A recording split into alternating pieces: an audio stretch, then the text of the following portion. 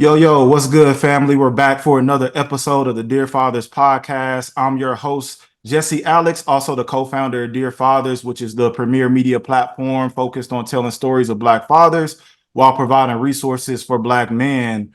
I'm super excited today, as always, when it comes to talking to guests like we have. But today, I'm super excited. I've been a fan of this guy for many years, so I want to welcome amazing father, actor, and comedian Lil Rel to the Dear Fathers podcast, man. How you doing today? What's going on? Good, man. How you feeling, man? What you got going on? Where you at? LA? Where you located right now?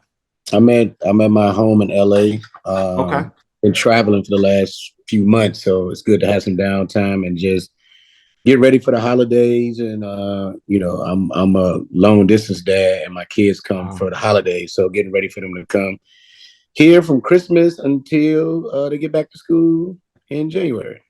No, that's cool, man. Definitely appreciate you taking the time, man. Like, you're a household name, man. The list can go on and on. We talk about who Lil Rel is, from Get Out to Bird Box, Judas and the Black Messiah, Uncle Drew, your own comedy specials, and most recently, you dashing through the snow and Good Burger too, man. So, you got a lot going on. And I actually, man, like one of my movies that I like a lot, I like Vacation Friends, and I actually just realized that there's a Vacation Friends 2 that's out.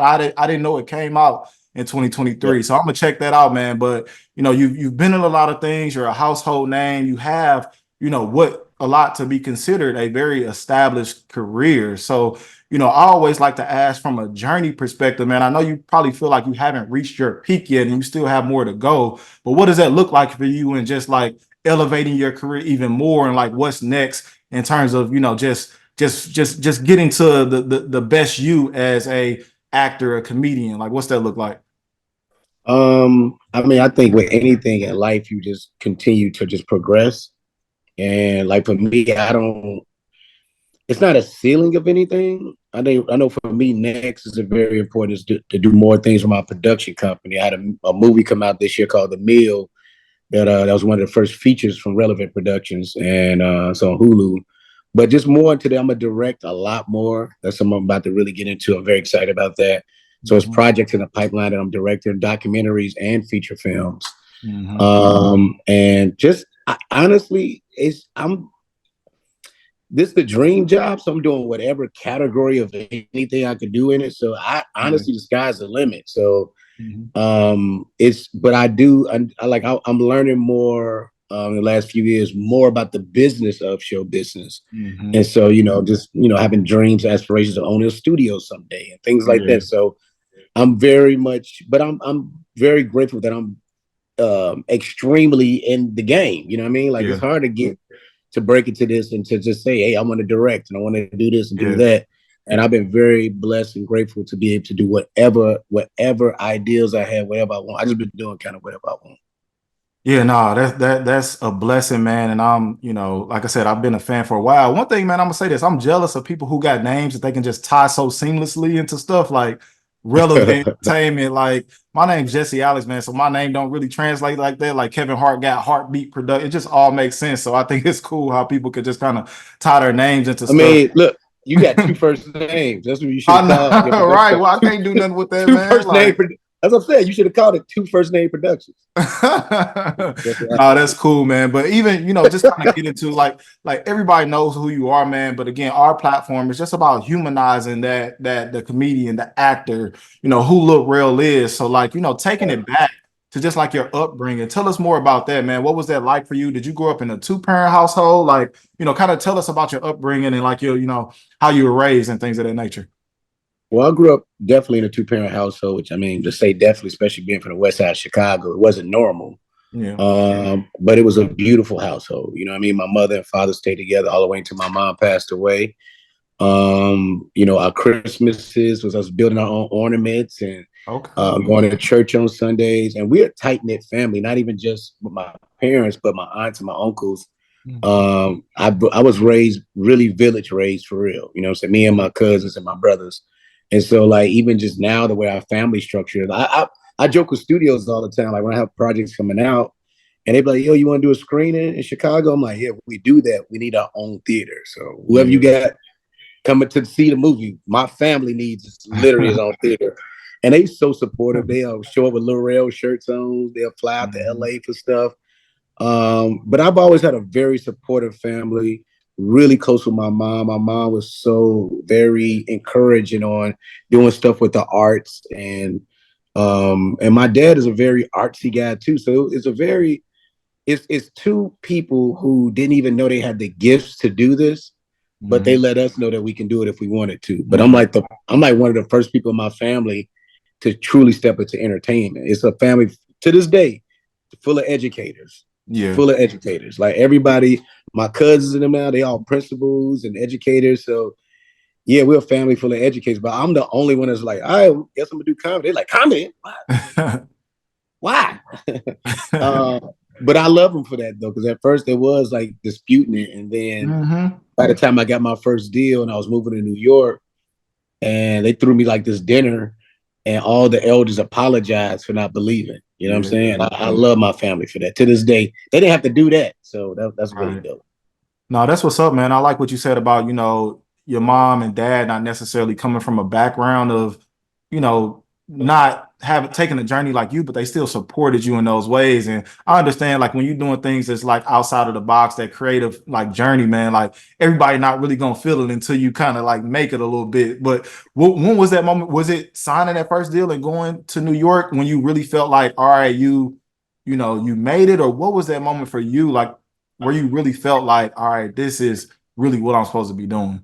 Well, it's a couple moments, right? You know, I one thing I love about my mom, and I give her props for this. She believed from the beginning, and so the first Mom's time I went to always gonna DC, believe that nah, yeah. that don't necessarily mean that, because I got a lot of friends who moms didn't, you know, because once again, you know, you're breaking a stigma. If your family say, "Hey, we only see we're a family of educators, so we only know what's on the surface what things is. Right. Entertainment is not a guaranteed of anything, you know what I'm No. saying? But my argument to them was always was, well, you taught me to whatever I put my mind to believe in. You literally raised me with that, and so Mm. even if y'all don't believe, you taught me too well, so forget you too. You know what I mean? Like this is what I'm gonna do. Hmm. But honestly, the first time I did Comic View, which was like 2000, and this when BT didn't pay for anything. You had to get your own flight and hotel and stuff. So my mom paid for my hotel nights, and shout out to D. Ray Davis, another comedian who paid for my flight. You know what I'm saying? I had to work the comedy club. I used to see people just Yeah. to get the flight. So I used to see people to do stage time, which is crazy. Mm. And so that was the first time where I was like, okay, this is for real. Because when I came back with the Comic View tape, I showed my whole neighborhood. Back in the day, BT, right when you got off the stage, they would hand you a VHS tape with your set on there. Okay. So before even air, I got home, had the whole neighborhood in my living room watching my Comic View tape. Like, yeah, I'm about to be on TV someday. No, that's dope, man. What year you say that was? They was handing out Like VHSs? they was doing that for a while. They was still doing it all the way until like 2003. Mm. No, So that's like 2000, 2001, I was one of the cats that had the the Comic View VHS. tapes. No, that's what's up, man. And I know it's been a journey. It's crazy to kind of think about, like, it's been 20 plus years and you've been in the game, man. But like, I found this picture actually, man. I wanted to just kind of get your thoughts on like what you feel when you see that picture. That's you, your pops, your two kids. Yeah. I'm assuming that's your brother. Yep, it's my brother. Yeah, Like, that's generations. yeah. That's I threw out generations there, the man. first pitch. I threw out the first pitch at the White Sox game. That was Okay. Was it cool to have your dad there to just kind of, witness, you it was just, embarking on stuff like that? yeah, it was real cool. You know, my dad coached our little league team, so we was baseball Mm. fans growing up, which is What not position you played? no, I played infield and outfield, so it was whatever Okay. was needed. So I could play center field, right field, left field, first base, second base, back catcher, third base. I mean, look, you know, when you play under the hood baseball teams, whoever's available. Yeah, baseball not really too prominent in the black communities, especially in the hood. Like growing up, I never played baseball. I just played basketball. But that's cool that your dad was your coach. Was he a good? Did Yeah. he give a good balance of fatherhood and being your coach, or did it all just kind of blend in one? Like when you got home, he was on your ass about what you was doing on the field, or did he kind of like break it up in? Well, this was my dad. My dad is so interested about it. He's not even a huge sports fan. He only Mm. coached it because we love baseball. You know what I'm saying? My mother is the sports person, so she coached the girls' baseball team, softball team, excuse me, and she coached the girls' basketball team. My mother did a lot of sports volunteering in the community. My dad only did stuff to make sure he participated in our lives. Now that I think about it, it was very fascinating because Yeah. he would fix everybody bikes in the neighborhood. He was like the neighborhood dad, actually. Okay. And so he only did it because we love baseball. And so No, he was that's what's learning up. as he was going. Mhm. He brought me and my friends, and we played like the movie Hardball is loosely based off that league we played in, which was just a few Mm. teams. You know what I'm Okay. saying? So like it was really based off me and my brothers, more or less like my brother's team because he played on the younger team. But yeah, Hmm. it was that movie. Is every time I watch Hardball, it literally Yeah. is based off that. So it's very fascinating. No, that's pretty cool. Is your pops funny at all? He got a little jokes in him. Like, what's that like? My, you know what's funny? You don't realize how funny your parents is, or even just the adults in your life until you Hmm. become an adult. Yeah. And so my dad, my aunties, like my aunt Joyce, God rest her soul, I didn't realize how hilarious she was until I started sitting next to her at church and I was in my 20s. I'm like, yo, you've been doing this the whole time? Right. Like I got a family full of comedians. They're really hysterical, like Right. everybody. No, that's what's up. So I need you to be honest on this next question, though, man. So like now you are who you are, man. Like household name. To your kids, you got a son and a daughter, right? I got two sons and a daughter. Yep. Okay, cool. Do they think you're funny, or are you just dad to them? Like, do they genuinely think like you're a funny dad, or like are you just like, oh, that's just dad, you know? No, they do actually. But this is the funny thing about it. It's not like the funny that everybody else look at as funny. They like, they hit that age, especially the teenagers, where like they kind of be picking on you. So Hmm. they're laughing at you because they think whatever they think is funny about you, even though you're not trying to be funny. And then they got their friends laughing at you. So like you Hmm. order food or you have an attitude about something, like, hey, go ahead and have it. So they be laughing. But also too, especially more recently with the last few movies, they've liked it a lot. I'm like, oh, you're so funny in this. And this. And I'm like, oh, okay, cool. So That's and what's my up. They son, coming around. they've been around it so long. Like and it's hard to describe Brittany and Judah because the youngest is 6. So you don't know what's going on. But Brittany and Judah, they're 14 and 13. They've been on sets and just everything the whole time. Bit like Judah's been some of the stuff. Me and Brittany's been on camera together for a few things. So like they got a really good understanding of the business. Like I just had them on set with what I was just shooting recently in Atlanta, and they just used to it. It was funny because the other producers like, dude, I'm like, dude, they know their way around a set, man. Like this, Right. they been there, done that. Like, you know what I Yeah. mean? To that point though, like, with them being around so long and them being on the set, do you have any expectations of them getting into entertainment? Are they showing interest in getting into entertainment, whether that be, telling jokes, whether that be acting, whether that be on the production side? Have you saw any of that manifest just with them being with you for so long? 100%. I mean, Judah was in Uncle Drew. So the little boy that played Little Me, that was my son. Okay. He was on Carmichael's show. Judah did the Rail show. Hmm. He did his other sketch series I had. Both of them was in that skit together. Judah just did Good Burger 2 with me. He Hmm. did another movie with me called Bromate. So Judah been like, he's actually been moving how he moves. And, he's in Yeah. the cartoon Eureka with me too. He Okay. voiced a couple of characters in that Disney cartoon. So Judah has been part of this for a long time. And he's actually, to me, I think whenever he puts his mind to it, he's going to be a great writer, director, whatever he wants to be. Mm. He's so smart. He gets it on another. I call him sometimes when I'm writing things for notes Yeah. because he just has knowledge of certain things. And How then old is he? Brittany, he's 13. Okay. Hmm. And Brittany, she's 14. Brittany just could do whatever she wants. If she wants to do, sometimes every once in a while, she's like, I want to do stand up. I'm like, do you? So it's hard with Hmm. her because she's good at so many things. Yeah. I'm not gonna know what she want to do probably till she's in her like late 20s, to be quite honest. Right. She probably gonna see the world, do a Hmm. bunch of different things, and then figure it out. But Relevant Productions, the production company I started, if you people look at the logo, it's all 3 kids on there. It's their company. So they can Hmm. do whatever they want to. So whatever they decide to do, Relevant Productions will always be theirs. It'll be their company. That's what's up. I love to hear that, man. And with your son, when it initially started, was that you kind of like pushing him towards that, or did he just organically say, "Hey, Dad, I want to be involved"? He was organically like being very entertaining. And then like I think for Carmichael's show, Gerard Carmichael, it's like, yo, you think Judah be cool with doing this? I called Judah. You want to do the show? He's like, Yeah. yeah, cool, Dad. I was like, we got an audition for any audition, booked it. Yeah. And so, no, I've never forced it. It's just like, yo, if you want to do this, cool. If not, you know what I mean? It's on you. But he's always been a natural performer. He's so funny. Yeah. No, that's what's up, man. Like I'm looking forward to see, as he gets older, as your kids get older, kind of what they get into as well. And they got the perfect dad who can kind of, guide them, along that journey, even if they decide to go a different route and do other things. I'm pretty sure you're gonna support them, man. But I wanted to kind of ask, you were in the movie Fatherhood with Kevin Hart. So it's an entire movie, it's about fatherhood. Like, how important do you think it is, for media, for movies, for television shows to depict, good, um, just relationships of Black fatherhood? Like, how important do you feel that is for those things to be on a big screen like that, or be streamed, or just to be in the main stages of like media for not only just the Black community, but just the world in general, to like show those, moments of like fatherhood? Well, that's why I've been very intentional with that, right? Doing movies like Fatherhood, even doing my sitcom Rel and showing what, a dad going through a divorce looks like, still supporting his kids and having that relationship. That was very important to show that in the show. I've intentionally done that like a lot, even with Eureka, which is the Disney cartoon, and Mm-hmm. playing a Disney dad on a cartoon. I Yeah, remember at one time he was trying to get me to change my dialect a little bit because I sound like how I sound, but I was like, nah, like it's these real. kids, these white kids need to know what this dad sounds like too.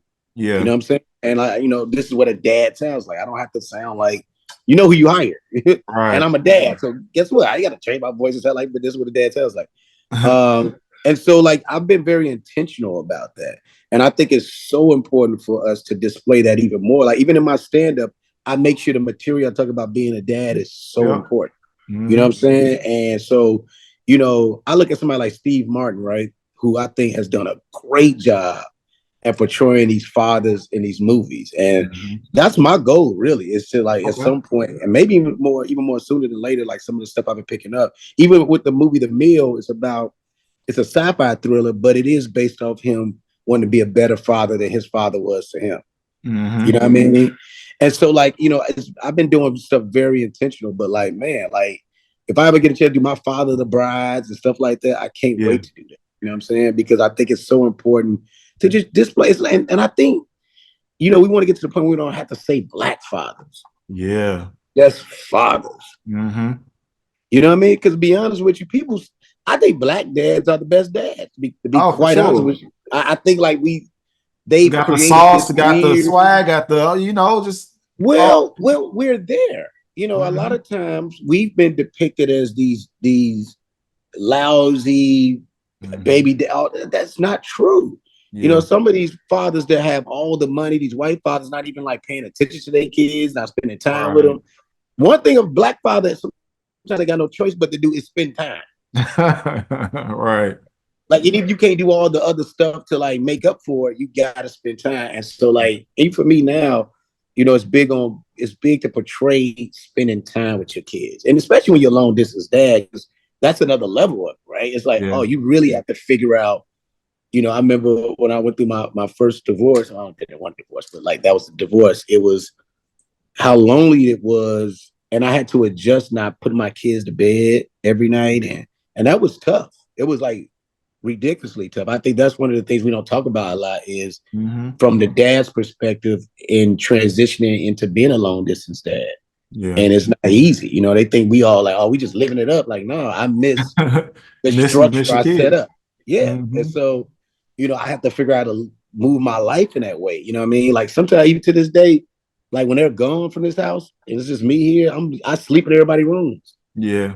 No, I got you. You just want to feel connected. There's nothing Yeah, wrong with that. yeah, Yeah, yeah, that's yeah. cool. And even break down long distance that. So how often do you see your kids? What's that kind of like? It's so interesting because it's like I like if you got a good enough relationship with your kid's mom, like with my ex-wife, which is the two oldest, we're really close. And it took us a while to get to that point. It wasn't easy at first because divorce is tough and there's a lot Yeah. going on. But then we end up having a really honest conversation and making it about our kids after that very honest conversation. Once we get out of all the Yeah. All the adult emotions BS. of it Yeah, all. yes. Yeah. Hmm. And so, I can see that whenever I feel like it. Like it could be holidays, it could be me just flying them here, flying them out. Like these, my two oldest are used to flying by themselves at this point. They've been doing that since they were 6. So like Yeah. they like world travelers now at this point. They know how to do everything. So anytime I want to, which is a great thing. And then even with my youngest, and that's once again, if you have that's not by the same, mother. So that's a Yeah. whole nother adjustment. Hmm. And you have to adjust styles of parenting. Right. We're still trying to figure that out. But the great thing about me being in my position is that I've been doing this a while, so it's a maturity to it where and a Hmm. patience to it because Yeah. you're trying to figure out what y'all thing is, and Hmm. you got to deal with different emotions and stuff like Yeah. that. But then I have and I tell other dads that's going through this, like, just be patient, man. I know it's easy to play into things and get really defensive and scared Yeah. that this is going to happen. But if your intentions is right and you take care of your kids, everything is always going to work itself out, no matter how hard it looks. No, I love that, man. And, I think the listeners, everybody's watching or listening is going to appreciate just kind of that advice because it's important, You kind of, got to look at it a lens of, you just gradually get better over time, just like anything else. So the more practice you put in, the more you're going to learn and whatnot. So, no, that's definitely a gem. And even to that point of what you just bring up about like co-parenting and things of that nature, you just recently got engaged, right? Yeah. Like, okay, cool. One, what made you do it at the Beyonce concert? What was that about? It was all last minute, to be quite honest with you. Like Yeah. I bought the ring on a Saturday, Mhm. made that decision, and I was like, I'm gonna propose on Monday. Okay. So it was all like it's just I just knew like she's I literally before we got on this, we were just having one out random, like long. And sometimes we'd be at our own houses, so we just be on the phone talking for hours. Uh-huh. We're just like, yo, we just be talking about a lot. Like I know if somebody listen to us, it is like a long podcast because we just touch it to so, and that's what I love about her is our communication, and also she's an amazing mom, and she has 4 daughters of her own, Mhm. and that's one of the things that attracted me to her. You're so interesting because most guys, no, no, no. I've always saw myself with a large family. I didn't know how I Okay. was going to happen, and so like and what's beautiful too, the kids get along very well. I think we both was like, I remember that first meeting the kids. They were all Like, nervous to meet is it each gonna other, work? but they all wanted to impress each other. And Yeah. once they broke out of, we all went to dinner and they just started laughing and talking. And since then, they've been inseparable. And it's been very interesting to watch this Mhm. beautiful blended family, which is something that I knew can happen if you have the right partner with you. Right. And it becomes even bigger, right? Because now this is about to be the new wife, and Hmm. you have your ex-wife, and you have Yeah. baby child's mother, and and so like everything has to balance, but it takes maturity to do that. Hmm. It's not I can't force it's not gonna be a perfect anything. Yeah. But what's gonna be perfect is that make sure everybody respects each other. And Hmm. that's important to me. You know what I'm saying? And so, but I take pride in being in my grown ass man. You know what I mean? Like, it's certain things we don't have to participate in, Yeah. which most people don't get that. You don't have to participate in every type of energy thrown at you. Oh yeah. Hmm. Sometimes you gotta let a person be who they is. Like, you done? This is what's gonna happen. Right. Like me participating, it's such a Yeah. It's not draining. conducive to a good environment for yourself. Yeah. It don't help us, it don't help the kids, it don't help nobody. And so Mm. like if you sit in that, and that's where honestly I've been at in my not even just in my personal life, in my career. I try not to see anything on the surface. I want to see the big picture of it, and I zone in the way I want to, and then Yeah. that's how I move. And like ain't nothing perfect. I don't have everything ain't perfect on my end, but I do feel like I got a good handle on what Mm. I'm not gonna force, what I'm not gonna force. Right. No, that's what's up. One thing I want to know, like, being married prior to now getting engaged, blended family, co-parenting, what have you learned from your previous marriage, going into your new marriage? What have you learned as far as like just being a man and being a father that you may do a little bit differently? Well, one of the things is, you know, I had to like break down my own layers first, right? So, me going to therapy before I even met my fiance was the only reason I think I met her, Mm. and the reason why that was being able to become friends with my ex-wife. Yeah. I had to like break down. I had to be really honest with myself about things I didn't do right, the moments I wasn't there. Even I had to have a moment where I was apologizing to her Yeah. about the selfish things I was doing in my late 20s. You Mhm. know what I'm saying? I didn't know, you know, and so because life be life, and you don't know what that is. You know what I mean? Yeah. And you know, one of the biggest things for me is listening, being patient, and nobody has to be right. Hmm. I think, you know, a lot of times in relationships, somebody feel like they got to be right. Yeah. Everything ain't a right or wrong. Hmm. That's how you see it. That's how I see it. Right. And then also in those relationships, in those marriages, people are going to grow and change all the time. Hmm. And so whoever you with going to get different versions of you damn every few years. Yeah. No, that's a And fact. are you okay with that? And which is actually could be a beautiful thing in the journey of going with each other, because it's like, this is not going to be boring because we're not going to be the same exact person throughout the whole time. Right. And I look forward to that. You know what I mean? Like we were just talking about this other day. She's like, "Oh, I look forward to this newer version of you." I'm like, "Same to you, babe." Like, and I think that's dope. We're Hmm. not going to be the same person the whole time. Yeah. No, I agree, man. And I like what you said about that because, it is about growing together and it's like we're all forever evolving, right? And just trying to stay on that same pathway of where we're growing together, I think is super important. But I wanted to ask you, because you mentioned something a few seconds ago about like having to apologize for just like wrongs and things of that nature. There's a term out there that they call mom guilt.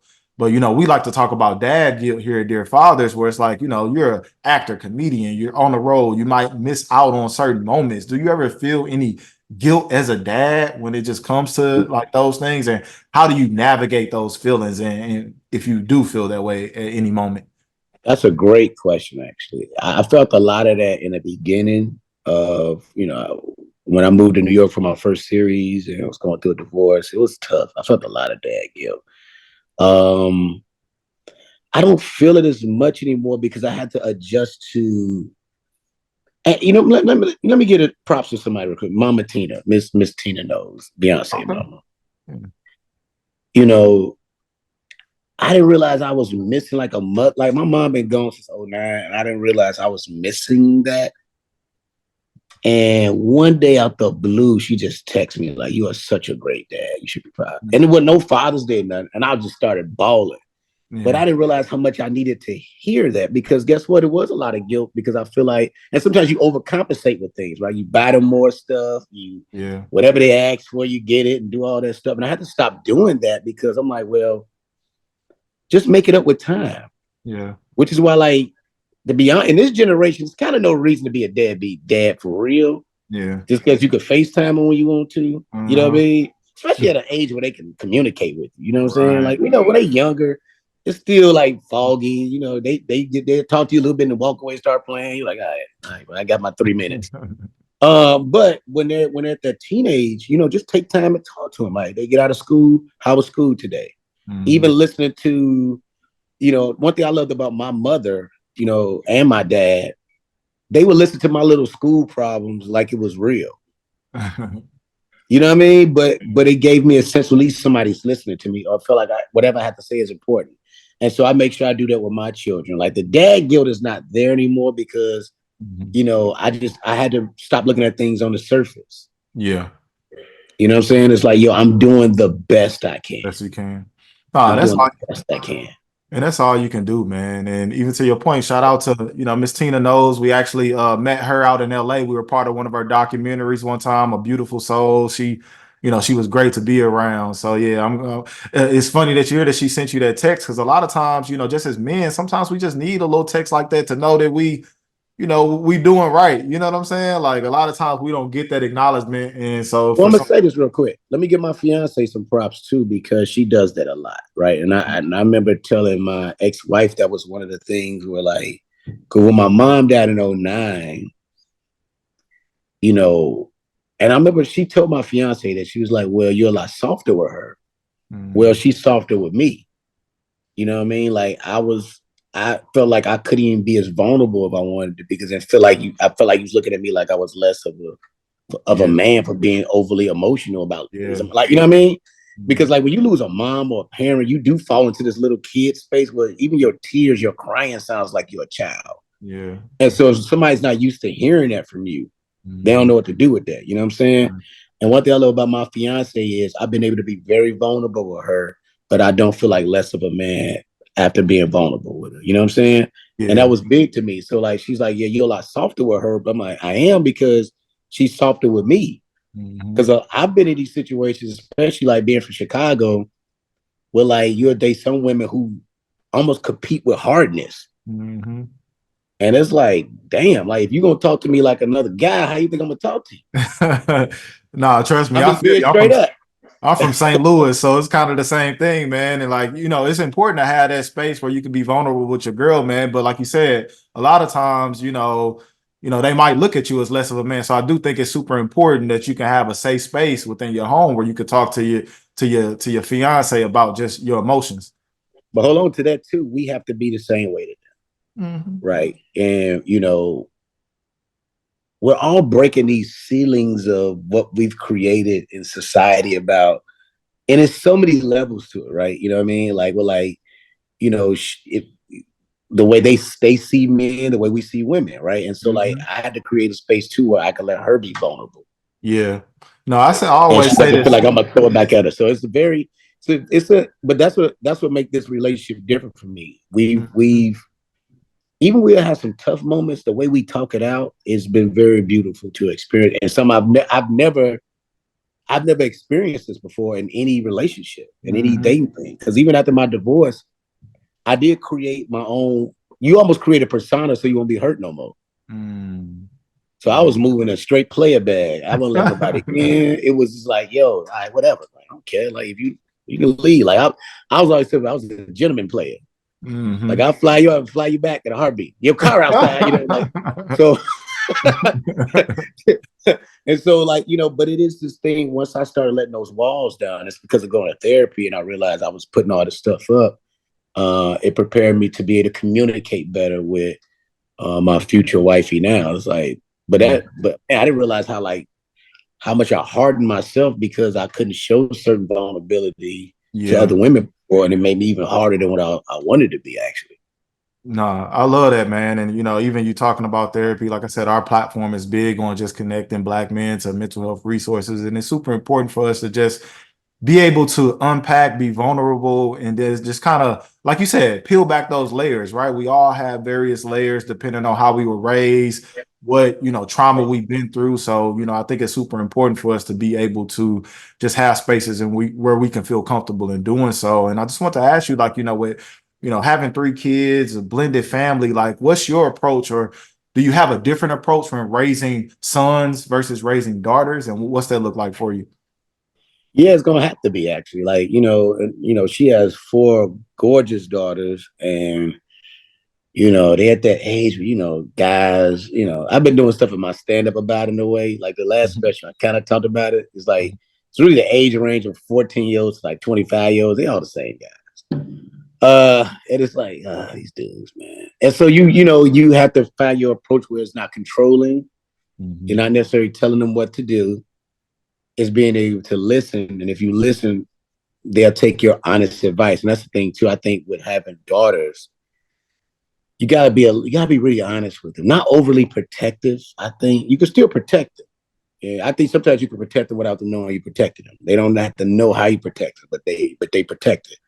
But I do think you want to make them comfortable to share things with you because it gets very complicated. Yeah. You start having teenage girls and the feelings are there. I remember watching what was it? Might have been Bring It Down the House with Queen Latifah and Steve Martin. Mhm. And Queen Latifah character convinced Steve Martin to just go talk to his daughter, and she started letting him know what happened, and she was about to have sex. He was just listening. He was like, "Okay, Mhm. okay, we talked about it." She's like, "Dad, that was so beautiful. You understand?" He left the room, and he just went outside, and just yelled. But I'm saying, but guess what? That's on that end of it. But you want to make them comfortable with sharing things, but because you know what it is, you get it. And so, but even having sons too, like teaching them to respect their own bodies has been a real thing to me. Yeah. You know what Hmm. I'm saying? That's something I didn't realize until later on about I was dating this girl. We was on a trip and we got into an argument. And this is what I was started really working on myself. And she like, we get to the argument, she still wanted to do it. And I'm like, no, I don't want to. This is my body. And I said no. And I stormed out the room and I had my little robe. And I was halfway down the hallway, like, what the hell did I just say? But that's because I learned to own what this is. And I think raising sons to respect their own bodies, I think will help them respect women's bodies and other people's bodies. And so like it's very interesting when people respect their own bodies and understand this all of us is this gold. I ain't supposed to be just giving this out. And it's Yeah. tough because when back in the day, the way I was raised is like, whoever, whatever woman gave you some, that was a treat. Like whatever. Mhm. Even if you ain't want to do it for real. Yeah. Which is crazy. So like once you learn to respect your own body, that changed everything for me. It took the Right. thirst out of everything. You know what I'm saying? Uh, I love that so much, man, because I talk about like self-respect all the time with like friends. And I think the more self-respect you have with yourself, you show up different in the world. And I think when, daughters are being raised, it's kind of they're taught, more about self-respect and, you know, um, just being more mindful of their bodies and things of that nature. But with boys, a lot of times it's like, oh yeah, son, go out there, do your thing. But I think it's also important to teach sons, the level of Mm-hmm. importance of what that looks like, because you said once you do that with them, then they respect women more, they respect themselves more. And I think it just creates just a better world in general. I wanted to ask you too, though, about like, where you are in like your therapy journey and kind of learning things now in, just becoming a better man, becoming a better father. How do you teach your son to also like have that sense of vulnerability and showing emotions while also still navigating, growing up and being masculine? Like, how do you do that to someone who's, growing up in a child so they don't have to get to the point where they're older and like trying to navigate that and like figure that out later on down the line? Well, first is leading by example. Mm. Being honest with them about how I go to therapy has been very important to me. And to the point where they was like, "Yo, can I go to therapy?" I'm like, "Yo, you do that now, you're gonna be on another level." Another Like, level, yeah. you know what I'm saying? And so, leading by example first, and then once again, just having very honest conversations. I remember, and it's just an honest thing. I can say this: like my ex-wife, I got remarried, and because they divorced now, but like he was trying to like he was calling my son soft Mm. for stuff that wasn't even soft, Yeah. which is a tough thing for you because you telling your son to be vulnerable. It's like, nah, I got to fly to Atlanta. Hmm. Yeah. Like You just know what because I'm you saying? told him to Like be vulnerable, now you got to pull up on somebody. pull up on somebody like, no, I don't want to raise a toxic son, bro. Hmm. You call him soft for what? Because something he said he don't want to do. Hmm. Nah, we ain't doing that, Playboy. And I was one of like our first really heated arguments with me and my ex-wife, which I learned a lot about that dude because I thought me and him would be getting to an argument. He's really a Yeah. fan, kind of weird. But but at the same time, it was. But I stood up for him. That was big for him to see, Yes. and me say, "Hey, no, there's nothing wrong with you. Hmm. Forget Buddy, and if he talk to you like that again, it's gonna be a problem." Hmm. You know what I'm Just basically saying? like continue to be you, continue to be Continue to be vulnerable. you, to Yep. be vulnerable, and nothing soft about you showing emotion about something you want to be emotional about. It's okay, man. And that's super commendable, man. And I love that so much because a lot of times, us as kids, we get in these situations where we go through moments like that, and somebody calls us a name or calls us this, and now we we kind of like put that part of ourselves to the side because we don't want people to, judge us or call us soft or whatever the case may be. So that you were able to be there and stand up for him, I think that goes a long way. And that you're teaching him to be vulnerable while also still holding his masculinity goes a long way too as well, man. So He's so self. Let me tell you something about Judah. Judah's one of my favorite people in the world. And it's tough. You don't want to have favorite kids, but he's my G, man. And like especially this summer, I think I noticed him more watching everything I was doing to the point how I moved. He wanted his ears pierced or something. I got some earrings or whatever, and yeah. he rock a chain like me and stuff. It's just, but it's like we able to talk. We talk about so much. He's so intelligent. Hmm. Even just like it was something as small as like you know being a black kid whose dialect is not. as, hood or whatever is everybody else's. And I remember me and him talking about that one day, and I'm like, man, forget them. You can't help how you grew up. Right. Mm-hmm. Anybody that's trying to act like they're not even from how they talking. I'm like, come on, fam. Y'all all go to come on. Right. Seriously. And so like don't be mad about your blackness can go be any dialect, like forget them. And when I Yeah. think that's where like as not only as black fathers, as black parents, we got to make sure we let our children let them know how free they can really be. Mm-hmm. It is not a monolith who we are. Like Yeah. all that, whatever, like forget all that. Yeah. If We this how don't got you to be talk, put into a box. nah. No, I agree, man. And, I appreciate you kind of opening up about that as well. We have something that we call here Dear Fathers. It's like one of our main sayings. It's on a lot of our t-shirts. It's called I Dad Different, right? So obviously, there's a lot of fathers out there, but everybody does it in a different way. So like, what would you say, like, what do you take pride in being a father, man? And like, how do you dad different? How do you show up, different for your kids? The way I dad different is being very honest with them. This is a real story. I don't even know if I've ever really told a story before, but when, by the time I had the youngest, which was, wasn't necessarily planned, and it happened, and I had to tell the two oldest, right? Like, yo, y'all got a unexpected little brother, Mhm. and I remember my daughter being like, oh, what did you do? Kind of like, I'm like, dang. And she was little, you know what I mean? She's like 6 or 7, like she had a headache. She was like, I feel nauseous. My son's like, okay, dad, and but what I loved about that moment, I remember telling him this. I said, the reason why I'm being so honest with y'all is y'all gonna make hella mistakes. I am not perfect. I know all the other adults all try to act like they know everything and just do all the right things. None of us are perfect. We're all gonna make mistakes. One thing you need to know about me is I got your back no matter what. You know what I'm saying? And if y'all can't have my back no matter what. And I remember the first night we had their little brother, and he just would cry all night. And my daughter stayed up with me all night until he went to sleep. And both of them helped me. And I was very vulnerable to them when he went to sleep. And I was like, look, man, I don't know what everybody else think about me or judge me in this situation, but I thank y'all for just having my back. Yeah.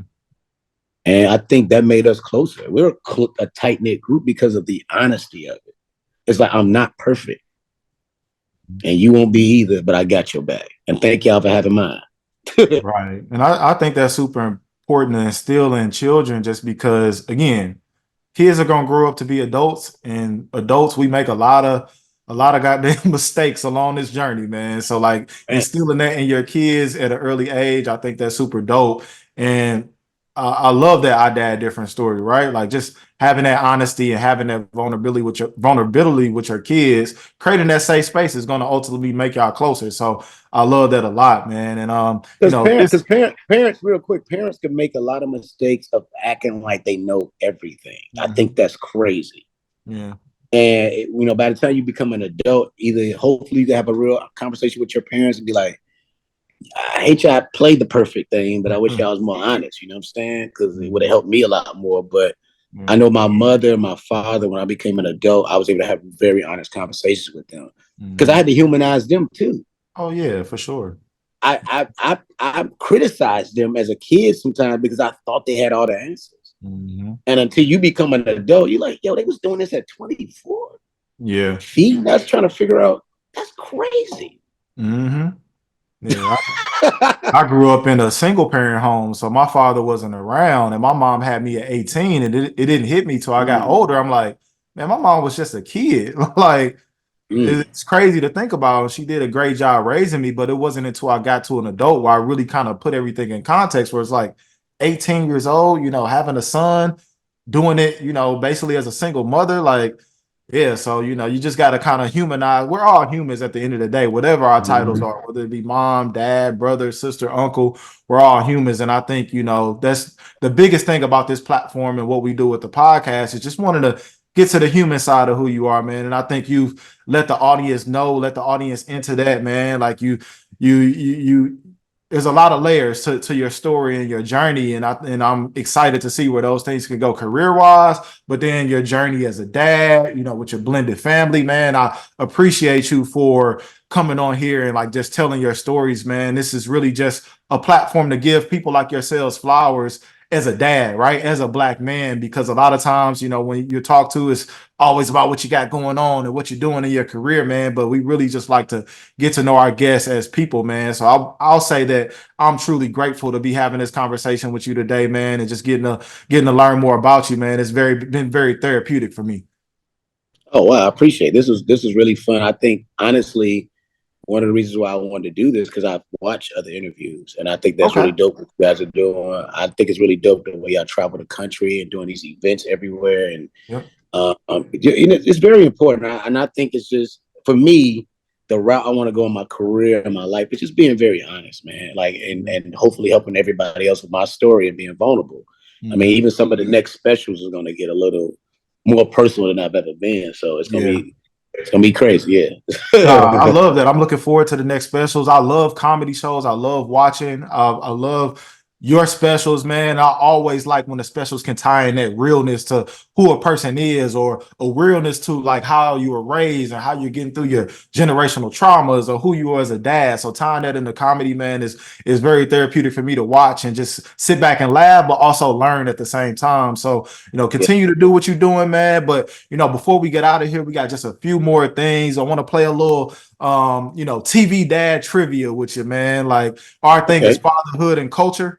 So like, if you know culture, you're gonna know who these TV dads are. So I'm gonna give a few brief descriptions, about 3 descriptions per dad, and you let me know Mm. who these dads are, man. So the first one we got, star in a sitcom series. I want to say back in the 90s. Yeah, back in the 90s. I think this one is kicked off. It actually has a remake now. That's out now. This dad is known for his just boisterous character. Uncle Um, Phil. oh, come on, man. Give me a break, man. You can let me Yeah, get you give me a break. real. Like that. Okay, yeah. All right, too I easy, watch man. I This watch next one. everything. I watch everything. So let's Okay, come on. cool, cool. Well, this next dad, man, he starred, as a father in a series that came out in 2014. I can't make this one too easy for you, man. So let me kind of mix up my little characteristics here. Man, he starred in a series that started in 2014. It ended in recent years.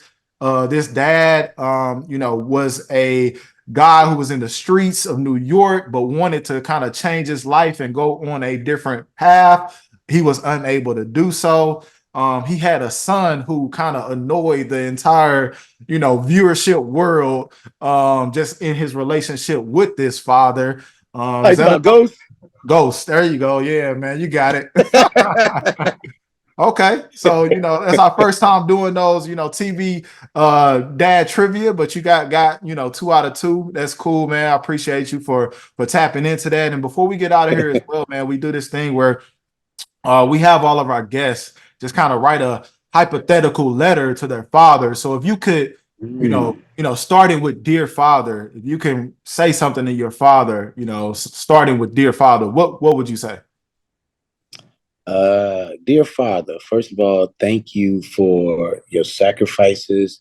Thank you for always respecting my mother and treating her well, all the way until she passed away. Thank you for showing up for us, even when we didn't want you to show up because it was embarrassing to have your dad around because everybody else had a dad around, which is so Mhm. crazy of a psyche to have. Yeah. But more than that, Dad, I would like to tell you that just from getting to know you and knowing your cousins and your brother, your artsiness is it's would have been extremely accepted by me if I knew you as a friend outside of being your son. Mhm. uh, the things you love to draw and musically, and I know they all called you square for that stuff, but it's the reason why you have a son that's in movies and TV is because you embrace my art because you was an artsy person. So I'm doing all this dedicated to you. So love you, Dad. No, that's what's up, man. I'm pretty sure he'll, appreciate that. Do you guys have a relationship where you guys kind of share those type of things often? Yeah, well, this is tough now because my dad is um it's like a lower case of dementia. And Okay. so Me and my brother, we sibling well, which is I love my brother Matt. We take care of my father well. But it's so funny you say that because I was telling my fiance Danella this. I'm like, damn, I wish it was like it was times it was I never forget a quick story. I wasn't sure if he supported what like he's always give me he could be negative about a lot of stuff. Like when I went up for the basketball team, like you too short, but he still bought me the shoes and I made the team. And when I started doing comedy, I wasn't sure if he was cool. I knew my mother was proud, but not sure how he felt about everything. And then I saw somebody at his job one random day, right? It's like maybe I was like 5, 6 years in. He's like, yo, man, what up, Lil Rel? I'm like, what up, man? Your dad talks about you all the time. I'm like, seriously? He's like, yeah, he passing out your flyers at work. Never knew. I didn't even know if he even cared that because he didn't come to a show or anything. Mm. And then fast forward, this is even crazier. I told you my dad, was going through slight dementia. We was watching, I think my sitcom. Mm. And he almost didn't realize it was me. He was like, yo, that dude is funny. I'm like, you talking about, but that's okay. Yeah. But I know it's inside there that he appreciates me. And it was weird because for a while I wasn't sure because, the way he was raised, not to necessarily show the affection like that. Yeah. And that's one of the things that I've aggressively with my children make sure I do is be very affectionate with them because of that. Right. But I like my dad just when he told me that he was passing out my flyers blew my mind. Yeah. Because I didn't realize. Yeah. It's amazing. I think a lot of times we can't blame them because they didn't have certain things. So it's only up to us. It's like you said, up to you to then know what you didn't necessarily receive and then be able to, cultivate that type of relationships with your kids. So no, I'm looking forward to everything you got coming up. And, I feel like this was a great conversation. But before we get out of here, man, can you let the people know, what's next for you, how they can follow you on social media? Yeah, so right now, if you can, just watch everything that's out now. We got The Mill that's on Hulu. It's a sci-fi thriller I did. Paw Patrol 2 is on Paramount Plus. Good Burger 2 that's on Paramount Plus. Dashing Through the Snow, where I play Black Santa Claus on Disney Plus and Hulu. And what else I got coming out? Damn, I mentioned like a million things. Look, just go on Hulu and just type in Lil Rel. Watch definitely everybody tap in. You can follow me on Comedian Lil Rel on Instagram. That's it. Yeah.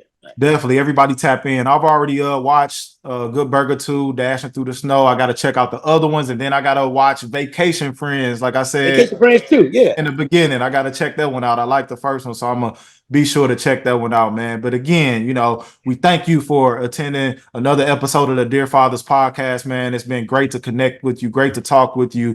We want to get you some of our Dad Different, our Dear Fathers merch. What size shirt you wear? Give me a medium. Send me that medium. Okay.